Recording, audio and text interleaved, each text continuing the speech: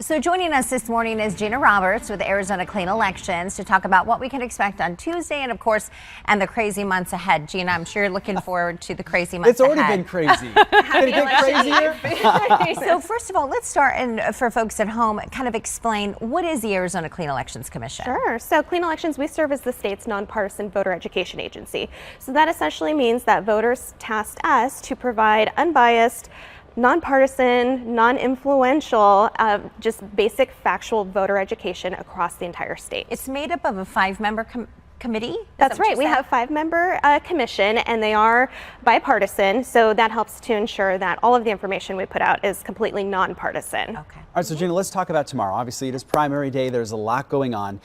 Still some confusion about who can vote, because if you are a registered independent, it's kind of too late, right?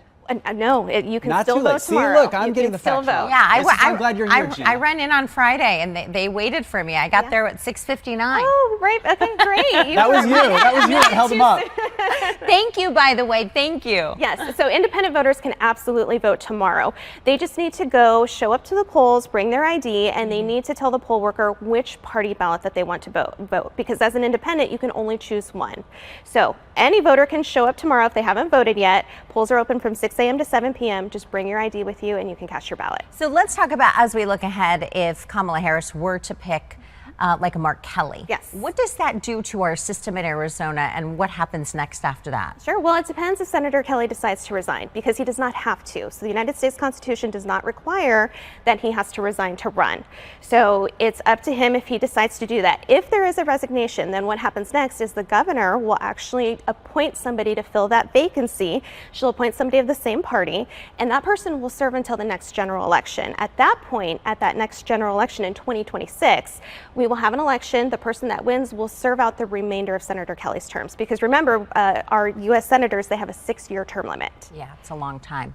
All right, let's talk about our delegates. Who are our Arizona delegates? We saw them at the RNC, and now we're going to see them at the DNC. How are they chosen? Sure. So our political parties, it's within their bylaws where they vote and they choose their own delegates. So what that means is the delegates from each party, they travel to their national conventions, and then they cast their formal vote for who they want the official presidential candidate to be. So it's within each party's bylaws on how they choose their delegates. So there has been some change, I think, with our primary election day, right? From like an August date to a July. Yes. Is there a reason for that change? Sure. So a few legislative sessions ago, there was a law change that impacted how we do our hand counts and how often we need to do them. Okay. So with that legislative change, it means that our counties need more time now to be able to complete all of their statutory processes. So when that issue came up, the legislature said, okay, we're going to change the date of the primary election. They moved it to July 30th.